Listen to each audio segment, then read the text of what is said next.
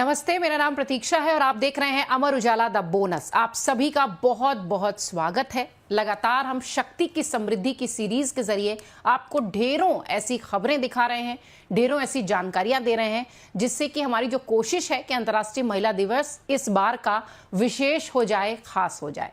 8 मार्च देश और दुनिया भर में अंतर्राष्ट्रीय महिला दिवस मनाया जाएगा। हमारा आज का कार्यक्रम भी उसी पर केंद्रित है। लगातार हमारी कोशिश है कि हम अंतर्राष्ट्रीय महिला दिवस से पहले कुछ इस तरीके के कार्यक्रम, कुछ इस तरीके के एक्सपर्ट्स की जानकारियां आप तक पहुंचाएं, जिससे कि ये वाला अंतर्राष्ट्रीय महिला दिवस खास हो जाए। आज जो सबसे ज़रूरी बात है वो ये है कि कैसे महिला दिवस या वर्ल्ड वुमेन्स डे जो है उसको एक अलग तरीके से सेलिब्रेट किया जाए। महिलाओं से जुड़े कार्यक्रम शक्ति की समृद्धि के जरिए हम इसी कोशिश को सार्थक करने का प्रयास कर रहे हैं। आज की चर्चा गोल्ड स्पेशल है। आज की चर्चा महिलाओं के पसंदीदा गोल्ड की है और इस पर चर्चा करने के लिए हमारे साथ खास मेहमान भी जुड़ चुकी हैं। हमेशा की तरह जो रवायत है हम उसे पूरा कर रहे हैं, जानकारियां आप तक पहुंचा रहे हैं। हमारे साथ SMC global securities commodity segment की रिसर्च हेड वंदना भारती जी हैं। वंदना जी नमस्ते, बहुत स्वागत आपका। आज आपसे चर्चा करेंगे महिलाओं के पसंदीदा चीज गोल्ड की। जी प्रतीक्षा, आपको और दर्शकों को बहुत बहुत नमस्कार और महिला दिवस की शुभकामनाएं। और आपने जो टॉपिक लिया है ये सदियों से उनके लिए बहुत पसंदीदा टॉपिक रहा है, तो मेरे ख्याल से काफी इंटरेस्टिंग रहेगा ये डिस्कशन। बिल्कुल। इस कार्यक्रम का मकसद महिलाओं को निवेश के प्रति जागरूक करना है। शक्ति की समृद्धि की तमाम सीरीज में हमारी कोशिश यही है कि कैसे महिलाएं आर्थिक रूप से मजबूत हों और कैसे आर्थिक समझ को बढ़ा सकें। इसके साथ ही किसमें निवेश करें, कौन से उनके विकल्प अच्छे हों, मुनाफा उन्हें कैसे मिले, तमाम तरीके की बातों पर लगातार हम चर्चा कर रहे हैं। शेयर मार्केट हो, म्यूचुअल फंड हो, पीपीएफ हो, बॉन्ड्स हो, प्रॉपर्टी हो, ये तमाम ऑप्शंस हैं महिलाओं के लिए भी, जहां पर वो इन्वेस्ट कर सकती हैं, जहां के लिए वो अपने पैसे लगा सकती हैं, जहां पर वो मजबूती से निवेश करके अपनी आर्थिक स्थिति को मजबूत कर सकती हैं।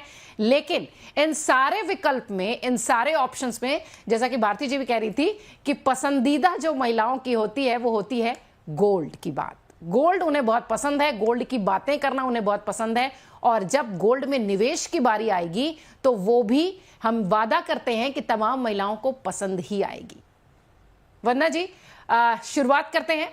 सबसे पहले तो मैं ये जानना चाहूंगी कि भारत में महिलाओं के लिए सोना आखिर जितना मायने रखता है, आप और हम बखूबी इस बात को जानते होंगे, उसमें से करीब 11% महिलाओं के पास ही सोना दिखाई पड़ता है और करीब 52% महिलाएं सोने को पसंदीदा निवेश के रूप में मानती हैं। आप इसे कैसे देखती हैं? जी, ये कह सकते हैं कि सोना हमारे यहाँ निवेश नहीं है, ये एक परंपरा है जो सदियों से चली आ रही है। 5000 साल पुराना ये मेटल्स आज भी हमारे लिए उतना ही पसंदीदा है। और अब तो मैं ये देख रही हूँ कि महिलाओं के साथ साथ ये सेंट्रल बैंक्स का भी सबसे पसंदीदा एक निवेश का कह सकते हैं कि एवेन्यू है। तो मेरे ख्याल से अगर पूरी बात अगर की जाए, अगर डेटा वाइज हम करें तो 11% महिलाएं जो हैं वो गोल्ड खरीद रही है। भारत का जो पूरे विश्व का जो गोल्ड का सबसे बड़ा हिस्सेदार है वो यहाँ की महिला है और इन महिलाओं के पास 25,000 से 28,000 टन तक का सोना है। जबकि यूएस के सेंट्रल बैंक्स की हम बात करें तो वहां पे लगभग 8800 यानी कि 9,000 तक ही मान लेते हैं, 9,000 टन सोना है। तो हमारे यहाँ की जो महिलाएं हैं ये सदियों से इसे एक्यूमुलेट कर रही हैं और इन्होंने बीट करा है यूएस के सेंट्रल बैंक्स को, जो कि सबसे बड़ा यहाँ पे बैंक में आता है। तो मेरे ख्याल से काफी छोटे छोटे डिपॉजिट्स के साथ, सेविंग्स के साथ उन्होंने इसको सहेजा है।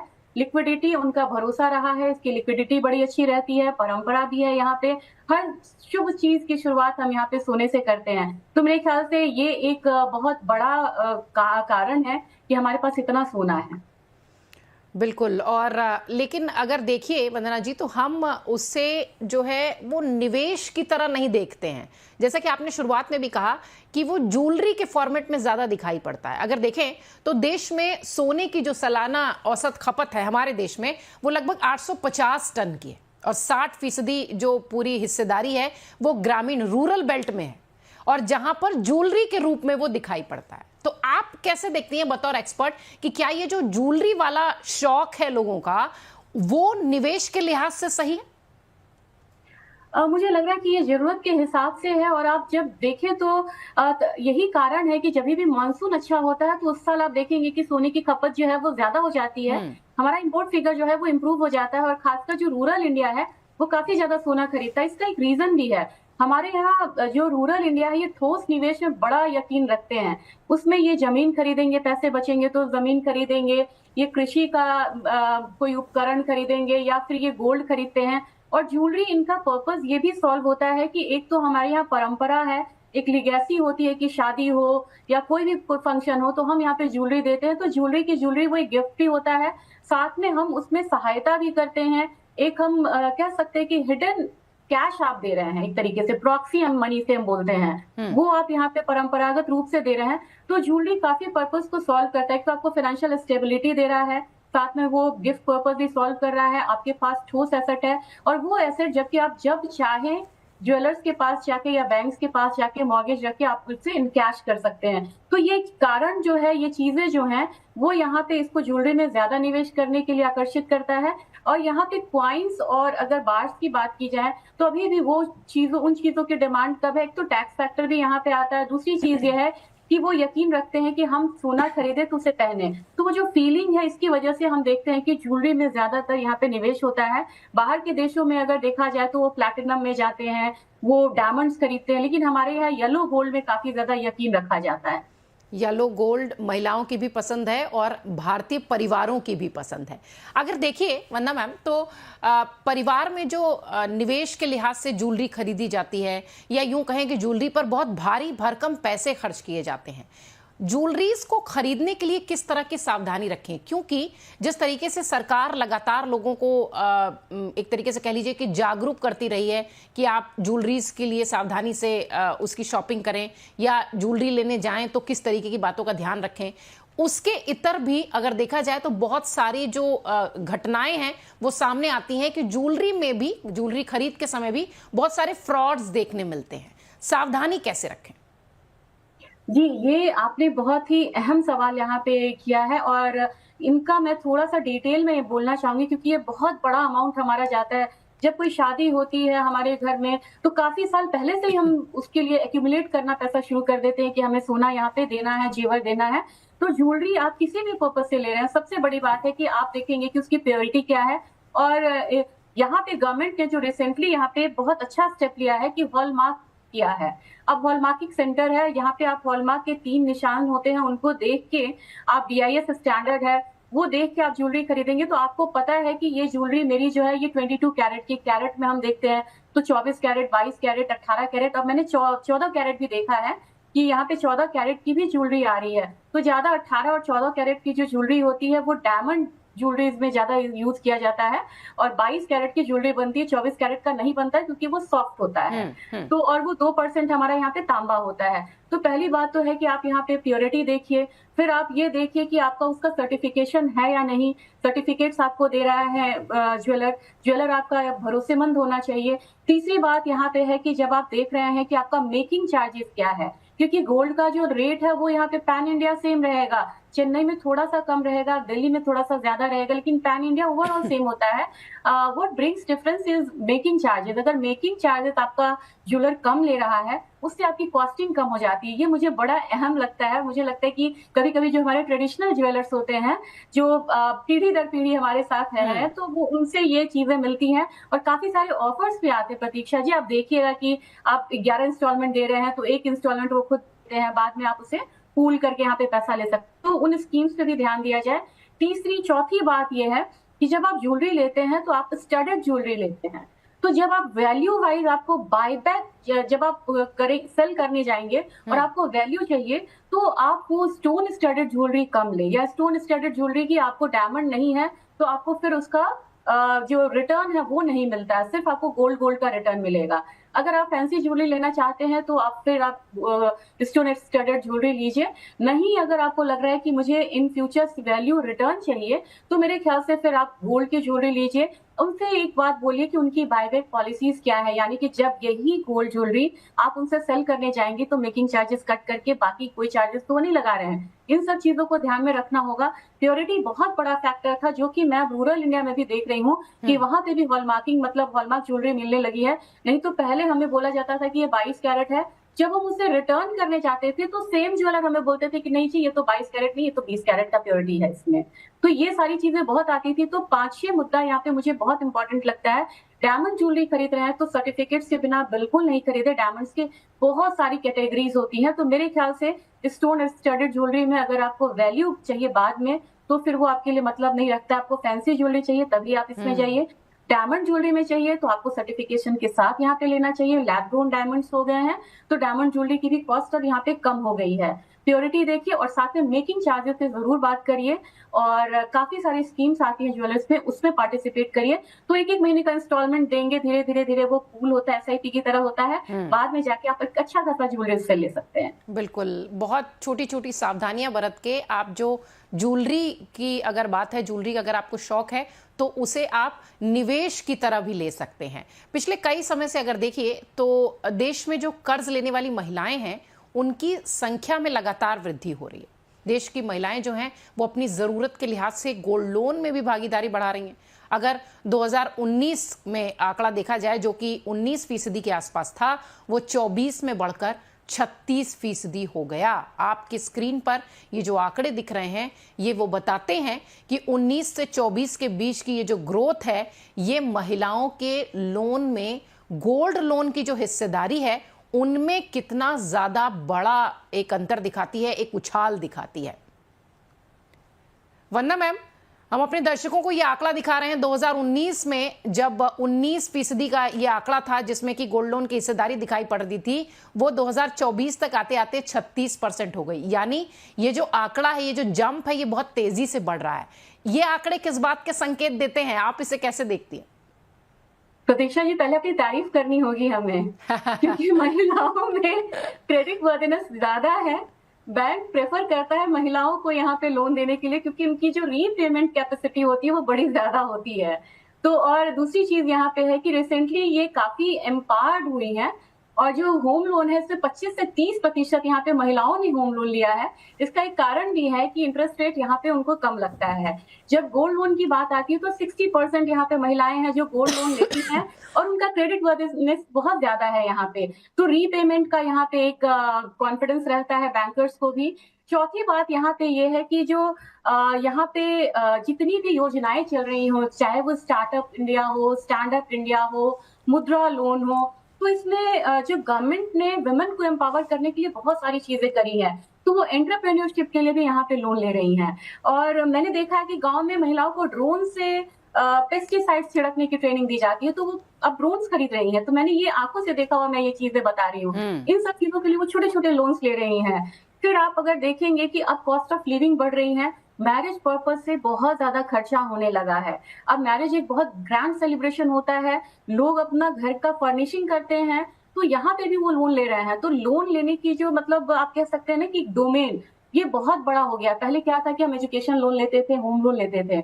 अब यहाँ पे आप घर को अच्छा कर रहे हैं तो इसके लिए भी आप लोन ले रहे हैं। आप मैरिज पर्पज से लोन ले रहे हैं क्योंकि आपका ग्रैंड सेलिब्रेशन होना चाहिए। तो इन सब चीजों से ये दायरा जो है बढ़ता गया है और महिलाओं की इनकम बढ़ती गई है, तो उनपे वो प्रीपेमेंट कैपेसिटी बहुत ज्यादा आई है जिसकी वजह से ये बढ़ा है। और साथ में अगर देखा जाए तो कुछ यहाँ पे अगर नेगेटिव फैक्टर्स हैं तो ये इसमें आप एक कोविड को भी डाल सकते हैं। कोविड के समय में जो एनबीएफसी थे वहां पे काफी ज्यादा होम लोन, गोल्ड लोन यहाँ पे लिया गया था, मॉर्गेज किया गया था। तो वो कोविड फैक्टर भी था जब यहाँ पे काफी लोगों ने जॉब को मिस करा था। तो मुझे बाकी पॉजिटिव लगते हैं। एक निगेटिव मुझे लगता है कि एक साइकिल आया था कोविड का जिसकी वजह से हम यहाँ पे बोरोइंग ज्यादा कर रहे हैं, वरना ये आंकड़े और ज्यादा हो सकते थे। वो जो 2 साल का पीरियड था शायद उसमें ये आंकड़े कहीं दब के रह गए थे।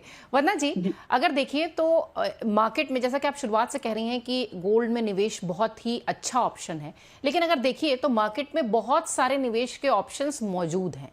आप सोने में निवेश क्यों करें और वो कितना सही है?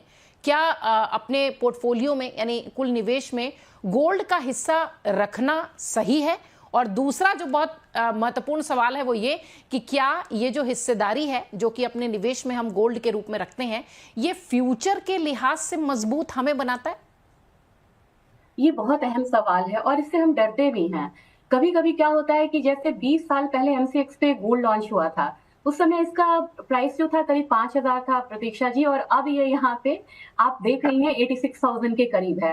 तो जब हर समय होता है तो हर समय हमारे दिमाग में होता है कि प्राइसेस बहुत ऊपर है, अभी क्या लेना चाहिए।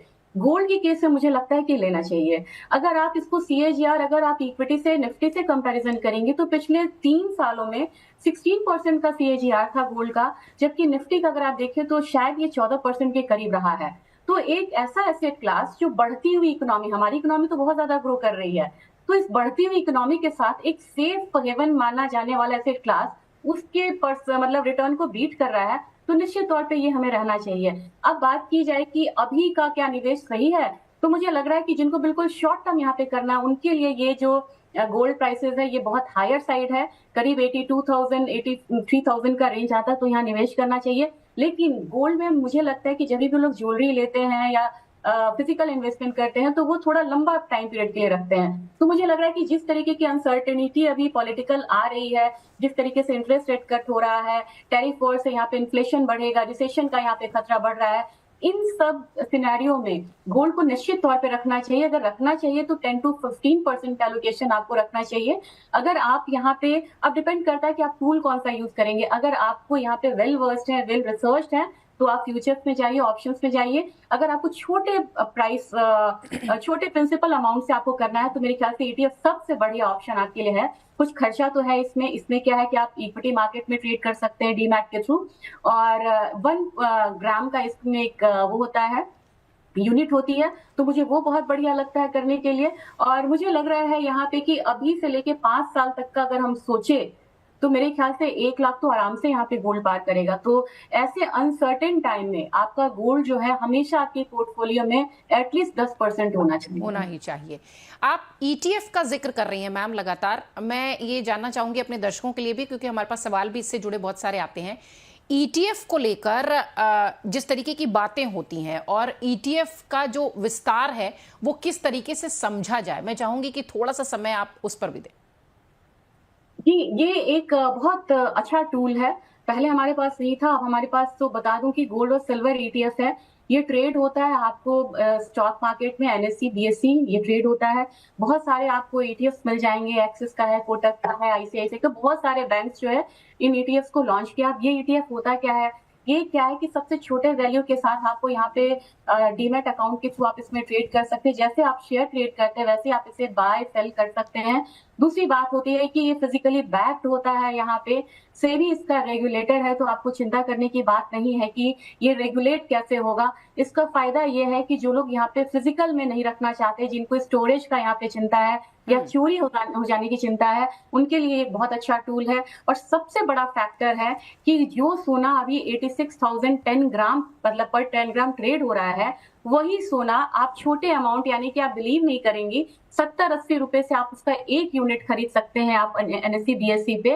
और इसके जरिए आप क्या कर सकते हैं, आप अपने पॉकेट मनी से भी, इनफैक्ट स्टूडेंट्स भी इसको कर सकते हैं जो फाइनेंस में है या जो निवेश करना चाह रहे हैं, और छोटे छोटे अमाउंट को एक साथ बड़ा अमाउंट आपको इसके लिए नहीं देना पड़ेगा। बिल्कुल ठीक है, मुझे लगता है कि जिन लोगों ने भी ये सवाल किया होगा उन्हें उसका जवाब मिल गया होगा। मैम, अगर देखिए तो पिछले 1 साल से फिजिकल गोल्ड की जो कीमतें हैं उसमें तकरीबन 45% के आसपास का इजाफा हुआ है, मतलब 45% के आसपास दिखा है। अब इसका सीधा असर ईटीएफ के रिटर्न पर भी देखने मिला है। शेयर बाजार और म्यूचुअल फंड्स में भी गिरावट दिख रही है। हम सब जानते हैं मार्केट की स्थिति कैसी है। गोल्ड ईटीएफ में पिछले 1 साल में औसतन अगर देखिए तो 38% के आसपास का रिटर्न मिला है। आखिर ये जो गोल्ड ईटीएफ है इसमें महिलाएं कैसे निवेश करें, छोटे छोटे टिप्स क्या हो सकते हैं, ये मैं चाहूंगी कि आप जरूर बताएं। जी, इसमें है कि सबसे पहले तो उनको डीमैट अकाउंट होना चाहिए, इसके थ्रू वो कर सकती हैं। दूसरी बात यह है कि मैं महिलाओं को, मैं जानती हूँ, मुझे पता है कि वो थोड़े थोड़े अमाउंट्स हर महीने बचाती हैं, तो मैं उन्हें कहूंगी कि आप एसआईपी की तरह, जैसे होता है ना कि हमने सोचा कि 1,000 रुपए हमें हर महीने कुछ निवेश करना है, आप एसआईपी की तरह आप इसमें निवेश करिए। बहुत कम पैसे से आप कर सकते हैं, और जब भी आपको लगे कि गोल्ड में एक अच्छा करेक्शन आ रहा है तब आप वहां पे थोड़ा सा एक्स्ट्रा मनी आप यहाँ पे और लगा सकते हैं। और इसको खरीदना और बेचना जैसे आप कैश में अगर आप ट्रेड कर रही हैं, उस तरीके से आप इसमें कर सकते हैं। खर्चा इसमें बहुत ज्यादा नहीं है, खर्चा मतलब मिनिमम खर्चा के साथ इसमें आप कर सकते हैं। आपको यहाँ पे इसको रखने की भी चिंता नहीं है, क्योंकि ये डिजिटल गोल्ड है एक तरीके से। तो आप इसमें वर्चुअल इन्वेस्टमेंट कर रही हैं, आपको जाना नहीं है कहीं, आप मोबाइल के थ्रू ऐप से भी ट्रेड कर सकती हैं। तो मेरे ख्याल से अगर आप एसआईपी की तरह छोटे छोटे अमाउंट्स को पूल करके लगाइए, तो 4 साल 5 साल में आपको एक अच्छा मतलब की अमाउंट जो पोर्टफोलियो है वो गोल्ड का बिल्डअप हो सकता है। बिल्कुल। वंदना मैम, दूसरी पसंदीदा चीज की भी बात कर लेते हैं, चांदी। अगर देखिए तो सोना और चांदी दोनों में से अभी इस वक्त जिस तरीके का माहौल इस समय चल रहा है, उसमें किसमें निवेश करना ज्यादा बेटर है? और अगर दोनों में निवेश करना है तो अपने पोर्टफोलियो में इन दोनों की हिस्सेदारी एक स्मार्ट वुमन कितनी रखे? जी, ये यहाँ पे बहुत इंपॉर्टेंट क्वेश्चन आपने किया, और क्यों किया ये मैं बताती हूँ। क्योंकि लगातार हम लोगों ने 2024 से देखा है कि लगातार गोल्ड में एक हायर साइड है वो देखने को मिला है, बार बार रिकॉर्ड्स बीट हुए हैं, 25 में भी यही हो रहा है, कहानी सेम है। लेकिन चांदी की बात कही जाए, जो कि यहाँ पे प्रेशियस मेटल भी है और इंडस्ट्रियल मेटल भी है, इसका हाई $50 के करीब लगा हुआ है कॉमिक्स में, और अभी ये ट्रेड हो रहा है $32 के करीब। यानी कि गोल्ड तो रिकॉर्ड हाई बना रहा है, लेकिन चांदी अपने रिकॉर्ड हाई से काफी नीचे है। तो सबसे बड़ी बात है कि इसमें पोटेंशियल ज्यादा है हायर साइड का। दूसरी बड़ी बात है कि मैं ऐसा क्यों बोल रही हूँ, बेसिस क्या है? तो बेसिस ये है कि जो इंडस्ट्रियल डिमांड है वो काफी ज्यादा बढ़ा है चांदी में, और जितने भी फोटोवोल्टाइक है, ईवीज है, मोबाइल्स हैं, चाहे आपको वाटर प्यूरिफायर है, काफी सारी चीजों में इसका इंडस्ट्रियल डिमांड बढ़ा है। तो जैसे जैसे क्लीन एनर्जी, ग्रीन एनर्जी, ये सब की बातें होती रहेंगी, चांदी का उतना ही यहाँ पे डिमांड बढ़ेगा। और सप्लाई साइड इसका कम होता है, क्योंकि ये बाई प्रोडक्ट होता है। कॉपर माइंस में थोड़ा सा चांदी निकल गया, तांबा जिंक माइंस है उसमें थोड़ा सा बाई प्रोडक्ट मिल गया, तो प्योर चांदी की जो माइंस है वो बड़ी कम है दुनिया में, तो इनका सप्लाई साइड जो है वो लिमिटेड है। दूसरी बात तो आपको ये रही, ईटीएफ की बाइंग यहाँ पे बढ़ रही है। और चांदी में साथ साथ मैं यहाँ पे सतर्क भी करना चाहूंगी, ये एक ऐसी कमोडिटी है जिसमें हाई वोलेटिलिटी देखने को मिलता है। यानी कि 1 लाख का प्राइस आया था 24 में, उसके बाद हम लोगों ने 82,000 का भी प्राइस आता हुआ देखा है। तो ये कमोडिटी इकोनॉमी साइकिल के साथ भी चलती है। तो जैसे जैसे यहाँ पे चाइना से अगर डिमांड बढ़ के आता है, या इंडिया से डिमांड बढ़ती है, ईवीज की डिमांड बढ़ती है, वैसे वैसे चांदी की डिमांड जो है वो बढ़ती चली जाएगी। तो मुझे लग रहा है कि अब गोल्ड में बड़ी स्ट्रॉन्ग रैली यहाँ पे आई है। लगभग हम लोगों ने 50% का रिटर्न देखा है 2 साल 3 साल में। तो अब ये रैली जो है अब रिफ्लेक्ट होनी चाहिए चांदी में, इसीलिए हम कहते हैं कि सिल्वर इज न्यू गोल्ड।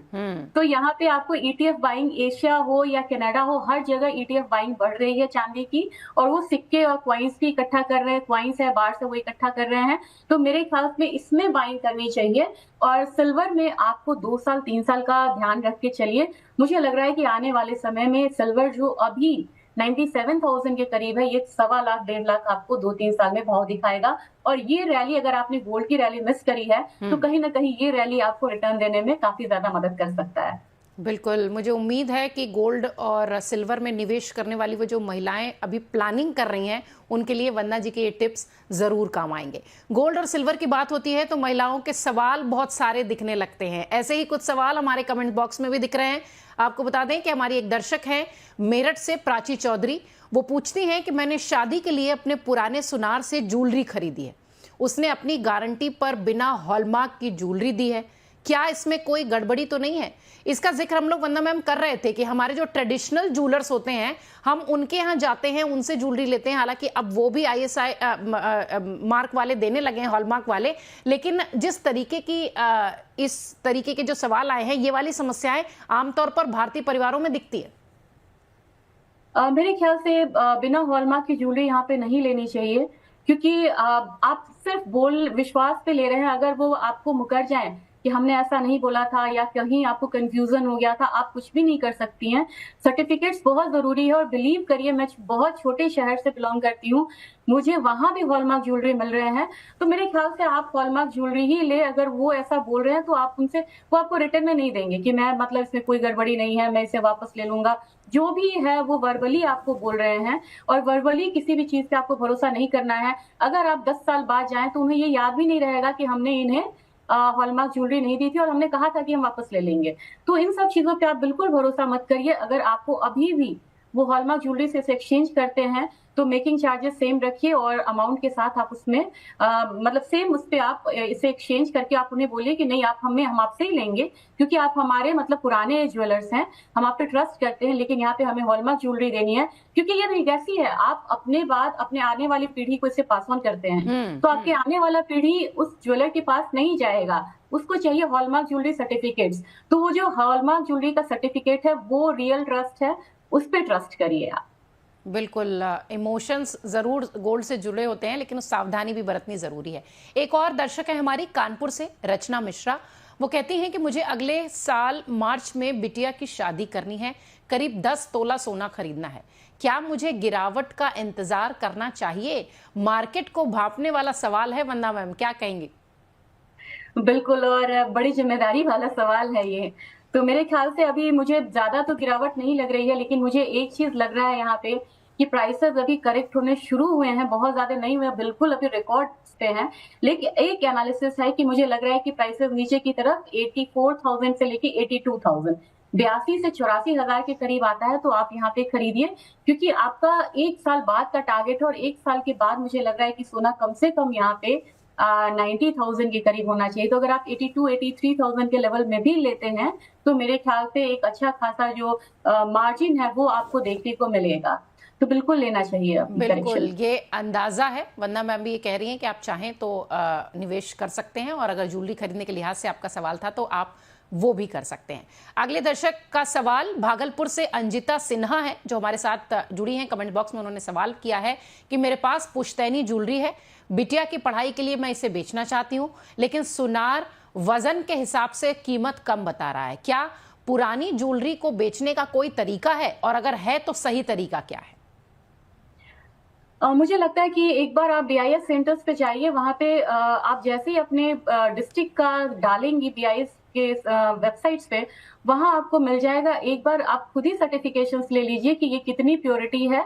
अगर वहां से आप सर्टिफिकेट्स ले लेती हैं तो मेरे ख्याल से कोई भी ज्वेलर्स उस सर्टिफिकेट के साथ आपकी ज्वेलरी को बाय बैक करेगा और अच्छे से करेगा, क्योंकि आपको वहां पे सर्टिफिकेट मिल रहा है। तो मेरे ख्याल से आप अपने सोने का टेस्टिंग करवा लीजिए और उसके बाद जाइए, वो आपको रियल उसका प्योरिटी बताएंगे, रियल वेट बताएंगे। और ऐसे में आप ज्वेलर्स पे बहुत ज्यादा भरोसा नहीं कर सकती हैं। और जब सरकार ने हमें इतनी सुविधा दी है कि हम किसी भी तरीके के फ्रॉड से बच सकते हैं, तो आपको उन चीजों का काफी ज्यादा सहारा लेना होगा। ट्रांसपेरेंसी के साथ आप फिर इसे अपने मतलब ज्वेलर्स को दे सकती हैं, किसी और भी ज्वेलर से आप एक्सचेंज कर सकते हैं। बिल्कुल, मुझे लगता है कि ये जो भी सवाल थे उनके सबके जवाब आप तक पहुंच गए होंगे। एक लास्ट सवाल मेरा है वंदना मैम, हालांकि इसका जवाब आपने जरूर बीच में बातचीत के दौरान दिया था। सोने की कीमतों को लेकर हमेशा मेरे जैसी महिलाएं या आप जैसी महिलाएं अलर्ट पर रहती हैं, कितना पैसा बढ़ा, कितना नहीं बढ़ा। आप अगले एक साल में सोने की कीमतें कहाँ देखती है? जी, जो यहाँ पे पॉलिटिकल कंडीशंस है, सिचुएशंस है प्रतीक्षा जी, मुझे लग रहा है कि यहाँ पे जो अनसर्टेनिटी है और इक्विटी मार्केट में फॉल, ये यहाँ पे बना रह सकता है। तो अगर इस तरीके के सिचुएशन में गोल्ड का एक विन विन सिचुएशन रहेगा, सेंट्रल बैंक्स लगातार 12-13 साल से खरीदारी कर रही है, तो यहाँ पे सेंट्रल बैंक से लेकर रिटेलर्स हैं वो, यहाँ पर हेज फंड्स, वो सारे यहाँ पे गोल्ड रश में हैं। तो ये गोल्ड रश का समय है और ऐसे में मुझे लग रहा है कि अगले साल की बात की जाए तो प्राइसेस यहाँ पे इजिली 90,000 तक आपको देखने को मिलेगा, 90,000, 92,000 के करीब।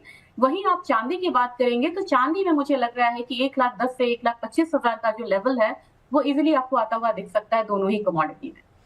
तो सोने और चांदी की खरीदारी की तैयारी कर रहे हैं, तो मुझे लगता है कि वंदना मैम जो संदेश देने की कोशिश कर रही हैं उसको आप एक्सेप्ट करिए और अभी ही खरीदारी शुरू कर दीजिए। वंदना मैम, बहुत धन्यवाद आपका शक्ति की समृद्धि के गोल्ड स्पेशल के इस कार्यक्रम में। आपने बहुत सारे सवालों के भी जवाब दिए, बहुत शुक्रिया, बहुत धन्यवाद। गोल्ड के साथ साथ शेयर बाजार, म्यूचुअल फंड, इकोनॉमी, कमोडिटी और पॉलिसी से जुड़ी खबरों के लिए आप बोनस के साथ जुड़ सकते हैं। मैम, आपका बहुत धन्यवाद। हमारे उन दर्शकों का भी धन्यवाद जो हमारे साथ जुड़े रहे। चलते चलते आपको बोनस टिप्स भी दे दिए जाते हैं। हमेशा हॉलमार्क वाली ज्वेलरी खरीदें। आप जो भी ज्वेलरी खरीद रहे हैं उसका पक्का बिल जरूर लें। ये टिप्स द बोनस की तरफ से आपके लिए।